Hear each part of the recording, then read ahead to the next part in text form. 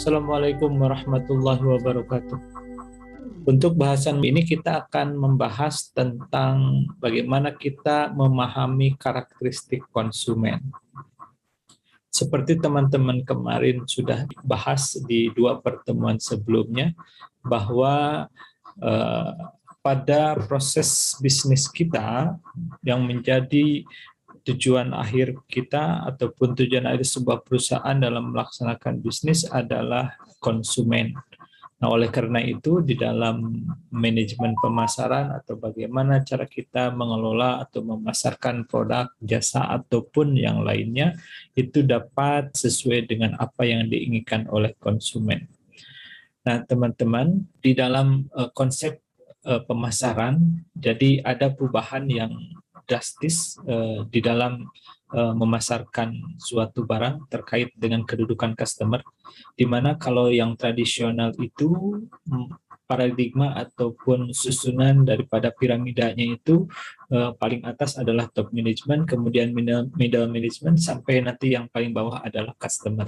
Nah, sekarang dalam konteks pelayanan customer, piramidnya dibalik, di mana customer ditempatkan di puncak daripada organisasi.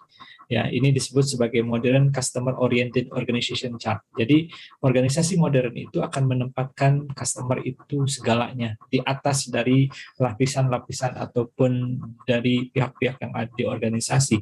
Jadi, mereka membalikannya dan menempatkan justru top management akan ada di bawah. Nah, jadi sekali lagi ini menandakan bahwa konsumen itu mendapat tempat yang sangat menjadi istimewa ya untuk sebuah proses bisnis yang dilakukan di perusahaan atau di organisasi.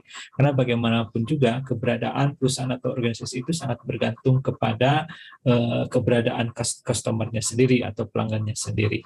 Nah, di dalam hal ini yang tren ataupun yang berkembang sekarang itu akan selalu menempatkan customer menjadi bagian yang sangat penting, sehingga strategi mereka itu lebih banyak ke yang disebut dengan istilah customer advocacy. Jadi perusahaan-perusahaan istilahnya itu akan memberikan semacam konsultasi ataupun bantuan atau memberikan penjelasan yang sangat berharga bagi konsumennya, sehingga konsumennya diadvokasi dan mereka paham tentang apa yang mereka butuhkan dan barang atau produk seperti apa yang mereka dapatkan kalau mereka akan mencari produk ataupun barang untuk kebutuhan mereka.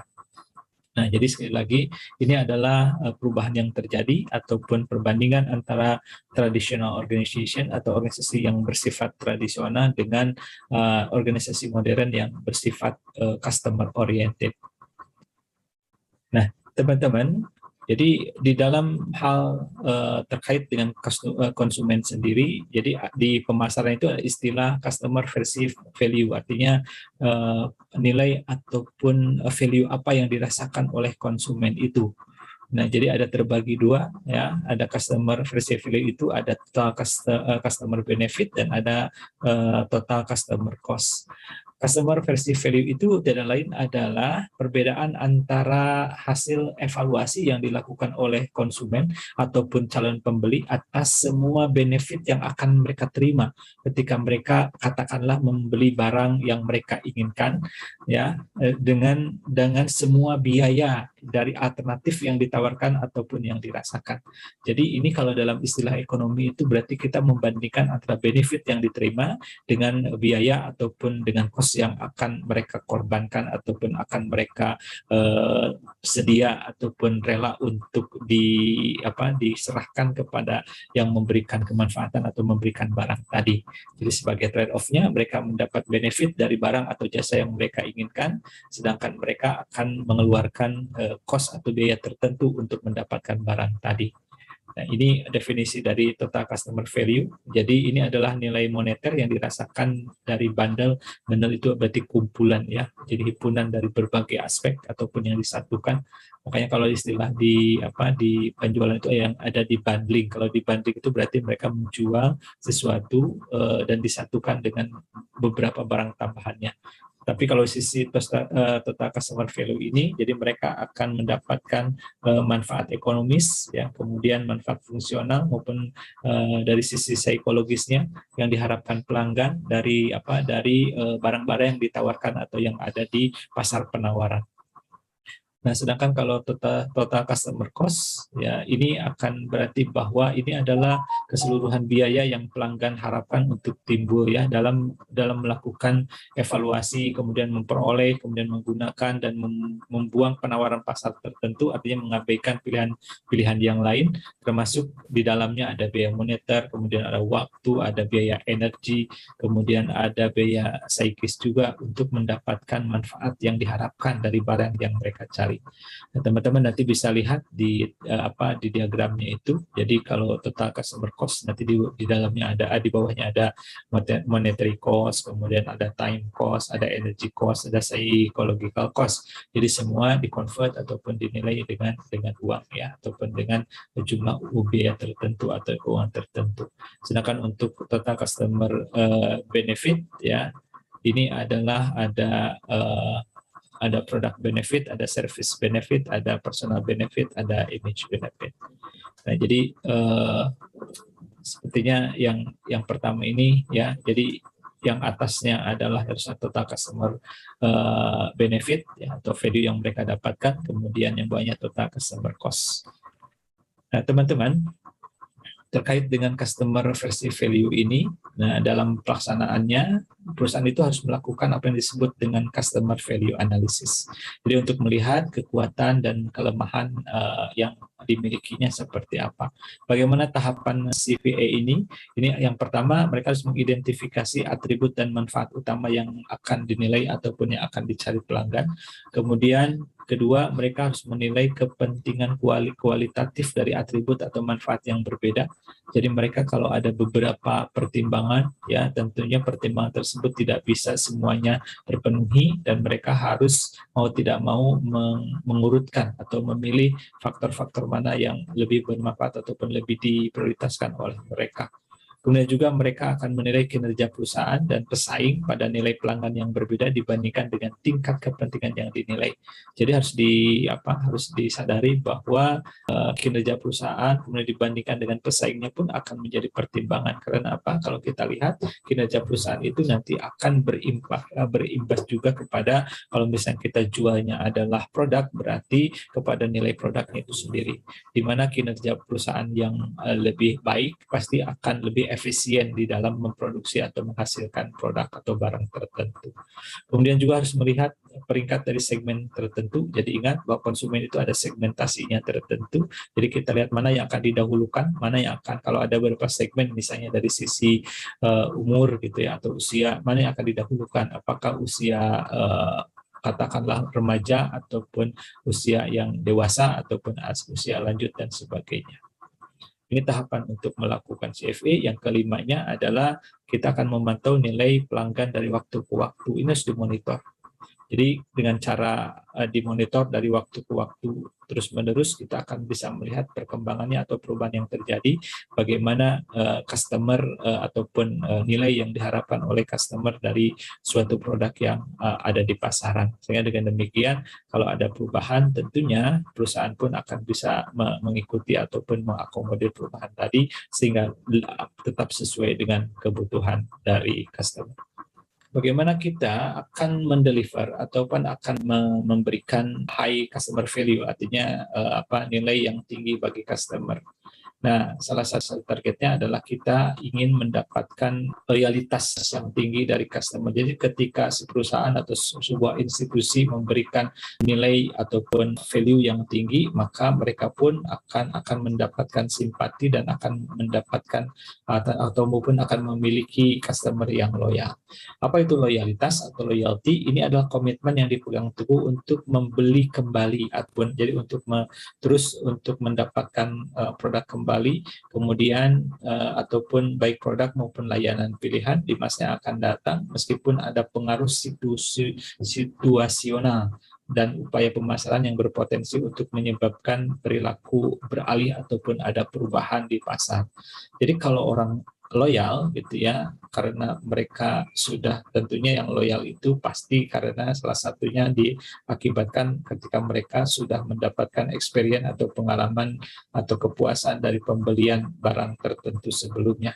Jadi kalau teman-teman sudah merasakan nyaman dengan apa yang atau manfaat yang diberikan oleh suatu barang yang dipergunakan, ya berarti teman-teman akan loyal, ataupun di masa-masa yang akan datang akan terus membeli ataupun menggunakan manfaat dari barang-barang dengan dengan katakanlah merek sejenis ataupun dengan produsen sejenis. Perhatikan teman-teman, kalau misalnya teman-teman kapan membeli laptop gitu ya, kemudian sekarang laptop yang keberapa, saya lihat apakah dari awal sampai akhir sekarang laptop itu selalu merek yang sama atau tidak. Nah, pengalaman saya karena saya sudah nyaman dengan laptop merek tertentu ya, dan kebetulan ini baru laptop kedua yang saya beli sejak tahun secara pribadi beli laptop awal itu saya 2006. Sekarang sudah 2011, baru 2 laptop, tetapi dua-duanya ataupun keduanya berasal dari produsen dengan merek yang sama. Nah, ini contoh ataupun hasil survei tahun 2020 ya, tentang customer loyalty leaders ya. Jadi perusahaan-perusahaan mana yang memiliki ataupun yang katakanlah dipandang ataupun memiliki konsumen yang loyal gitu ya. Tahun 2020 ini kita lihat ranking pertama adalah Amazon, dan itu sama dengan ranking tahun 2019 sebelumnya. Ini Amazon itu untuk kategori online retailnya yang pertama. Yang kedua Netflix ya, naik dari ranking 6 di 2019 menjadi ranking kedua di 2020. Kemudian Amazon untuk kategori video streaming ya, dari ranking 7 di 2019 sekarang ranking ketiga. Apple untuk kategori smartphone ya, untuk ranking di 2020 adalah ranking keempat. Sebelumnya dia ada ranking di 8. Nah, kalau Google katakanlah untuk search engine itu dari ranking kedua di 2019 sekarang turun menjadi ranking ke-6, dan seterusnya dapat teman-teman lihat ya. Jadi ini adalah sekali lagi perusahaan-perusahaan mana yang memiliki ataupun yang customer-nya adalah loyal, ataupun mereka akan seperti yang tadi dibilang bahwa mereka memiliki komitmen yang dipegang teguh gitu ya, untuk kembali membeli barang ataupun menggunakan jasa dari perusahaan-perusahaan tersebut. Dalam kaitannya untuk menghasilkan produk ataupun jasa ataupun hal lainnya dan memberikan nilai yang tinggi kepada customer, ada istilahnya yang disebut dengan value proposition ya.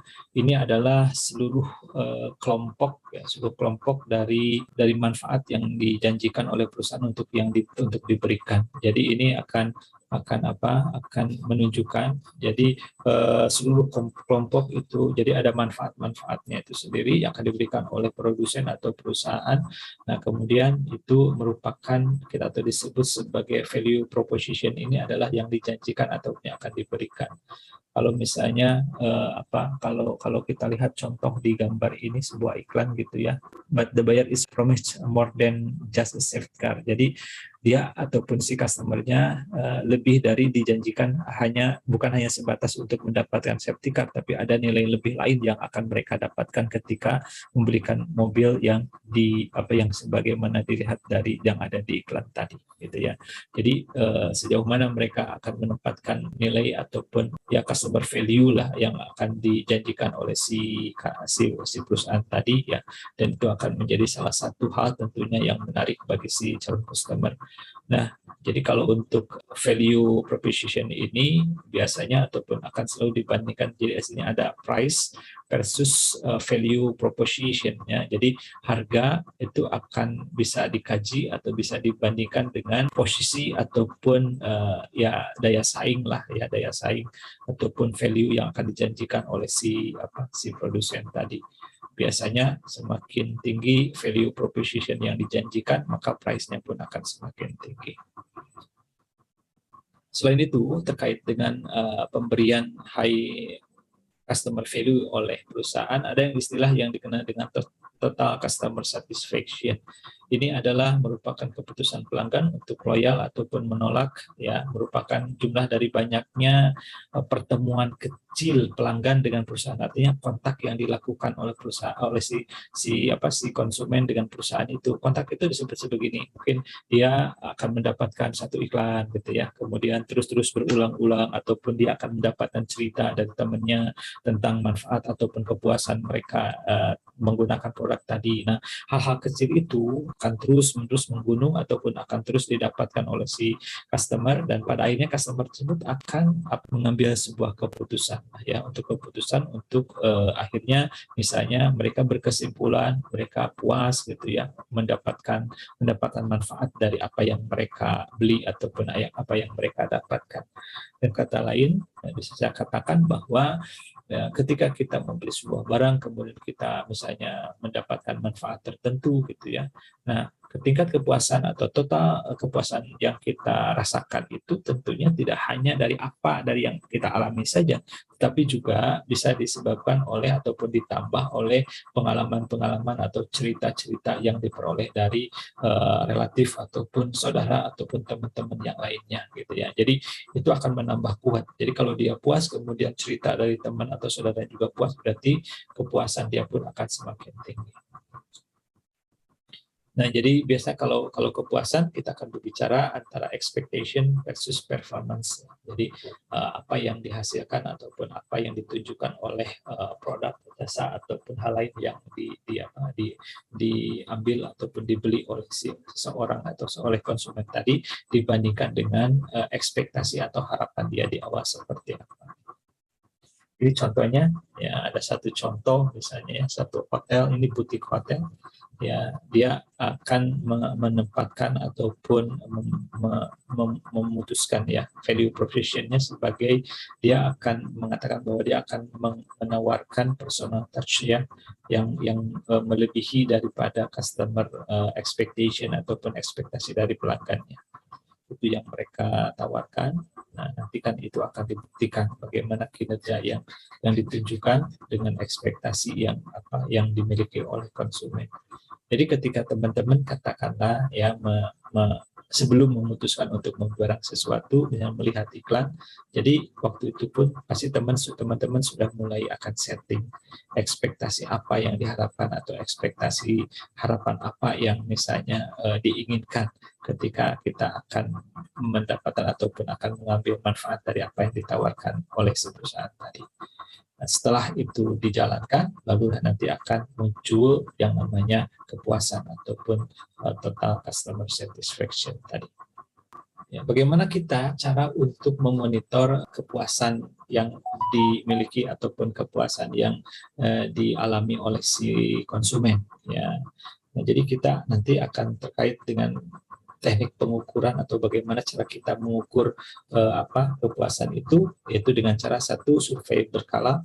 Ya, jadi perusahaan yang baik itu pasti selalu akan menggali data di lapangan ya dari konsumen-konsumennya tentunya untuk mengetahui sejauh mana tadi ya value proposition yang mereka gembar-gemborkan ya dengan kepuasan yang dialami oleh si konsumen.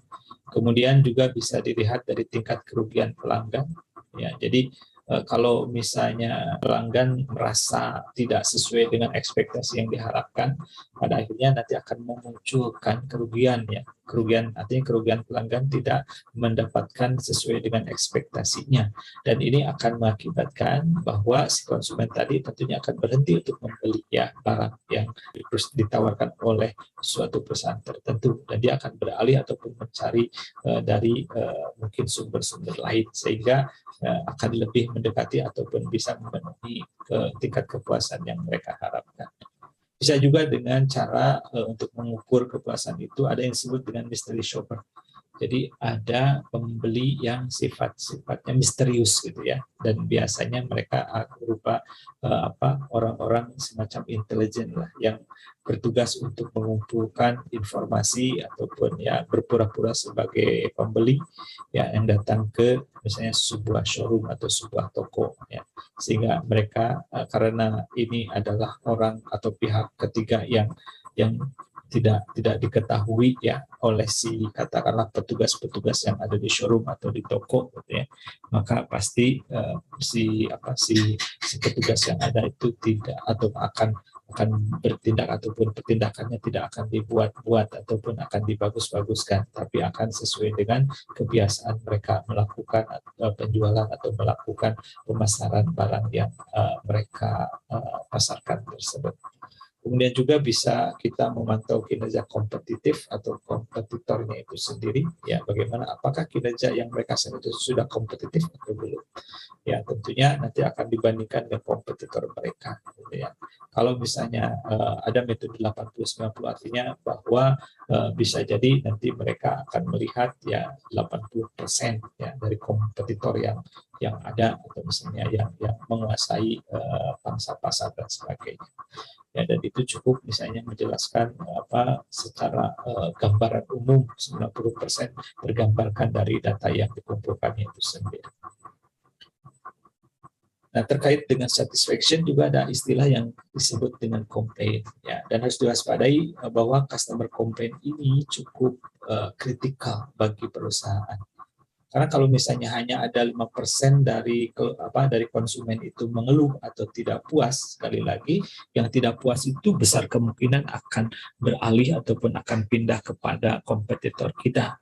Tapi jangan salah, ketika hanya 5% ya dari konsumen itu mengeluh tidak puas, maka 95% lainnya akan berhenti membeli juga karena bisa jadi dipengaruhi gitu ya. Nah, itu harus di manage dengan baik bagaimana komplain dari customer ini ya, jangan sampai berimpact negatif atau buruk kepada proses bisnis yang dilakukan ataupun yang dijalankan oleh perusahaan. Oke. Nah, selain itu juga bisa dengan cara misalnya ketika ada yang salah kemudian kita harus coba untuk memulihkan ya ataupun memperbaiki ya. Nah, jadi dengan demikian pelanggan bisa diambil lagi lah hatinya seperti itu, artinya bisa berbalik lagi kepada kita. Dan kalau misalnya itu diakui salah kemudian perusahaan minta maaf bahkan harus dengan kompensasi tertentu bisa saja seperti itu. Bagaimana caranya? Ya tentunya kita bisa melakukan dengan cara satu, ya kita siapkan hotline gratis 7 hari dalam seminggu 24 jam bisa dalam sehari ya melalui telepon, fax atau email sehingga mereka akan menerima dan bertindak atas keluhan pelanggan itu dengan lebih cepat ataupun secara akurat dan bisa direspon dengan lebih baik oleh perusahaan. Kemudian juga kita bisa menghubungi pelanggan yang mengeluh secara secepat mungkin. Kemudian respon yang lambat menyebabkan ketidakpuasan yang tumbuh semakin besar. Dan itu bisa menyebabkan paradigma ataupun respon negatif yang lebih lanjut dari mereka ya, dari si konsumen tadi. Dan ingat bahwa cerita dari mulut ke mulut itu akan berbahaya daripada hal-hal lain yang mungkin berupa sabotase ataupun tindakan-tindakan dari kompetitor kita gitu. Tapi kalau dari konsumen kemudian apalagi zaman sekarang gitu ya bisa dipublish ataupun diupload di media sosial dan sebagainya, itu pasti luar biasa pengaruhnya. Kemudian juga harus berani untuk menerima tanggung jawab di atas kekecewaan pelanggan itu. Jadi jangan sampai kita menyalahkan pelanggan, kuncinya seperti itu. Dan sekali lagi saya bilang atau saya singgung tadi, ya ada kesiapan dari perusahaan untuk juga memberikan kompensasi kepada si konsumen tadi. Kemudian gunakan orang-orang layanan pelanggan yang berempati, artinya orang-orang yang bertugas di penerimaan keluhan atau komplain itu adalah orang-orang yang memang punya kepribadian atau personality yang lebih mendahulukan empati. Ya, jangan yang katakanlah temperamen keras dan sebagainya. Karena apa? Kalau konsumen komplain dengan keras, kemudian dilawan juga dengan keras kan akan menimbulkan masalah baru bagi perusahaan. Kemudian selesaikan keluhan dengan cepat dan untuk kepuasan pelanggan tentunya tujuan akhirnya seperti itu. Nah, terkait dengan pelanggan juga ada istilah customer lifetime value. Kalau lifetime itu berarti sepanjang masa ya. Jadi customer itu benar-benar loyal dan dia terus-menerus gitu ya akan membeli produk yang kita dapatkan. Sekarang bagaimana kita untuk memaksimalkan customer lifetime value ini? Jadi ingat gunakan aturan 150-20. Jadi kalau kita perhatikan biasanya 20% dari customer itu akan memberikan keuntungan 150% kepada perusahaan. Dan sebaiknya ini adalah pelanggan 20% ya paling menguntungkan, kita lihat itu, jadi kita fokus ke sana. Nah, jadi mereka akan menghasilkan sebanyak 150% dari keuntungan perusahaan. Sebaliknya juga di sisi lain ada 20%-nya. 20% ini biasanya ini ini adalah bagian ataupun kelompok pelanggan yang tidak menguntungkan. Jadi kita bisa jadi akan kehilangan 100% dari keuntungan itu. Nah, jadi mana yang akan kita pilih nanti? Apakah kita akan fokus kepada 20% yang artinya dia 20% dapatkan barang, kemudian mereka akan memberikan kontribusi 150% untuk lifetime-nya. Jadi mereka akan bisa menjadi pelanggan yang tumbuh. Sedangkan kalau 20 yang katakanlah ya tidak menguntungkan bagi perusahaan, jadi kalau kehilangan mereka berarti akan kehilangan sebanyak 100% dari nilai ataupun value yang akan mereka dapatkan. Hanya ketika mereka tidak ada, ya berarti kehilangan orang 20% itu saja. Tetapi kalau kita fokus kepada yang 20% yang paling menguntungkan, justru kita akan mendapatkan profit ataupun keuntungan 150%-nya. Ya, jadi itu bisa dicari. Kemudian kita untuk melihat sisi ataupun bagaimana lifetime value customer ini kita peroleh, juga kita bisa melihat dari yang disebut dengan customer profitability. Jadi keuntungan ataupun ini adalah seseorang ya atau rumah tangga atau perusahaan yang dari waktu ke waktu akan menghasilkan aliran pendapatan yang lebih jumlah yang dapat diterima dari aliran biaya perusahaan untuk menarik, menjual, melayani pelanggan tersebut. Jadi karena dia terus-menerus atau loyal menjadi customer kita, mereka akan memberikan pendapatan yang melebihi dari yang seharusnya tadi 100%. Jadi kalau norma itu 100%, tapi karena dia sudah lifetime itu terus-menerus atau loyal, maka keuntungan yang akan mereka berikan ke perusahaan akan terus melebihi dari yang seharusnya diperoleh perusahaan. Nah, ini dapat kita lihat ya, jadi pemasar ataupun perusahaan yang mengiklankan sesuatu yang dapat menilai probabilitas pelanggan secara individual ya. Jadi berdasarkan apa? Segmentasi pasar ataupun melalui saluran atau channeling yang dipergunakan ketika kita mendistribusikan ataupun memasarkan barang tadi. Nah, kita atau perusahaan dapat melakukan analisis probabilitas pelanggan atau CPA ya, CPA, dan ini dapat dilakukan dengan menggunakan grid ataupun cara-cara berikut. Nah, kita lihat misalnya kita golongkan ya, ada C1, C2, C3 itu menunjukkan sebagai customer. Jadi C1 itu high profit customer, kemudian C2 itu mixed bag customer.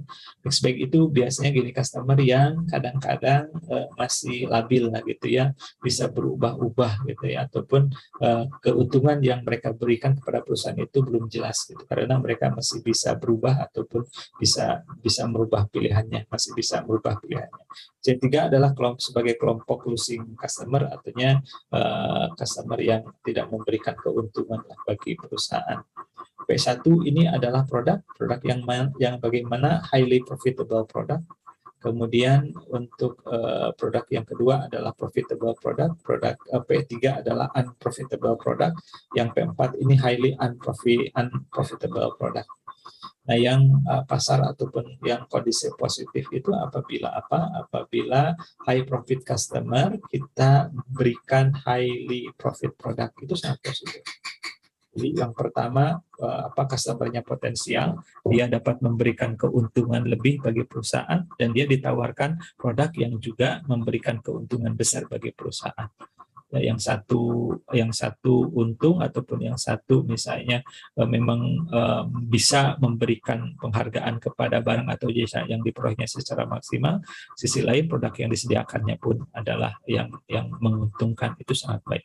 Yang kemudian yang masih positif itu apabila high profit customer masih ditawarkan oleh profitable product itu.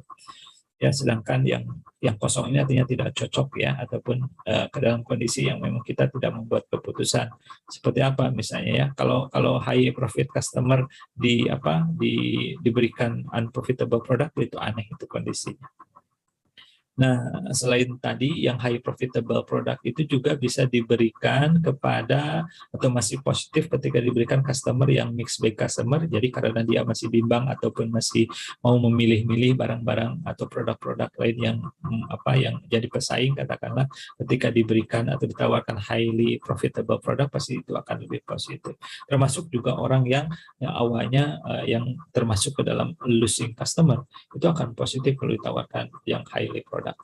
Nah, yang negatif itu kalau yang kondisi yang paling ini adalah ketika highly unprofitable product, jadi produknya benar-benar tidak profit atau tidak memberikan profit, kemudian ditawarkan kepada losing customer, ya tentunya akan semakin parah gitu keadaannya ya.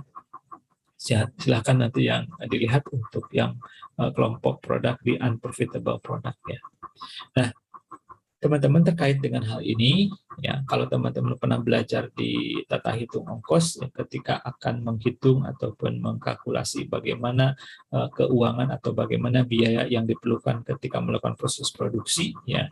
Jadi ini kan ada highly profitable product sampai highly unprofitable product. Tentunya itu adalah terkait dengan apakah proses produksi yang dilakukan itu efisien atau tidak. Dan ingat teman-teman, ya, activity based costing atau ABC itu akan sangat menentukan atau akan berpengaruh, ya, akan menyebabkan bahwa produk-produk yang dihasilkan itu akan lebih efisien, sehingga dengan demikian sangat memungkinkan bahwa barang yang dihasilkannya akan memberikan keuntungan yang sangat tinggi. Silakan dibuka lagi bagi teman-teman yang pernah ataupun sudah belajar tentang tata hitung ongkos ataupun akuntansi biaya ya. Nah, sekarang bagaimana tadi kita mengukur ya customer lifetime value itu? Contoh ya, jadi customer lifetime value ini merupakan nilai bersih saat ini atau net present value. Silakan teman-teman dilihat apa pengertian net present value, ya, dari aliran keuntungan masa depan yang diharapkan selama pembelian seumur hidup pelanggan itu berjalan. Jadi karena loyalitasnya tinggi, maka si pelanggan akan terus-menerus membeli produk yang kita tawarkan. Nah, sekarang berarti kita bisa menghitung nilai customer lifetime value-nya. Contoh perhitungan CLV ya, pendapatan pelanggan atau pendapatan perusahaan dari pelanggan tahunan itu sebesar 500 juta rupiah. Kemudian jumlah rata-rata loyalitas pelanggan atau berapa rata-rata tahun loyalitas, misalnya 20 tahun. Jadi dengan kata lain bahwa si pelanggan itu umumnya selama 20 tahun akan stay dengan perusahaan atau dengan kita. Kalau misalnya margin keuntungan perusahaan itu 10%. 10% tentunya dari pendapatan dari pelanggan yang tahunan 500 juta itu. Pertanyaannya sekarang, customer lifetime value-nya berapa? Customer lifetime value-nya adalah 1 miliar. Ada yang tahu 1 miliar dari mana? 500 juta dikali 10% dikali 20. Nah, itu bukan, Kang? Gitu, iya. 10% dari 500 juta, 50 juta kan? Iya. Kali 20? Menjadi 1 miliar. Benar? Benar, 1 miliar. Benar, ya. Oke, ya udah, kira-kira begitulah sederhana ngitungnya ya. Hanya permasalahannya kan nanti ketika teman-teman akan menghitung itu tidak semudah ini gitu contohnya ya. Jadi kalau sudah di perusahaan kan pasti harus ngitung dulu ataupun harus tahu dulu data pendapatan pelanggannya berapa. Mungkin saya nanti data pelanggannya bulanan ya. Atau nanti dari mana kita tahu rata-rata loyalitas atau rata-rata waktu loyalitas si konsumen.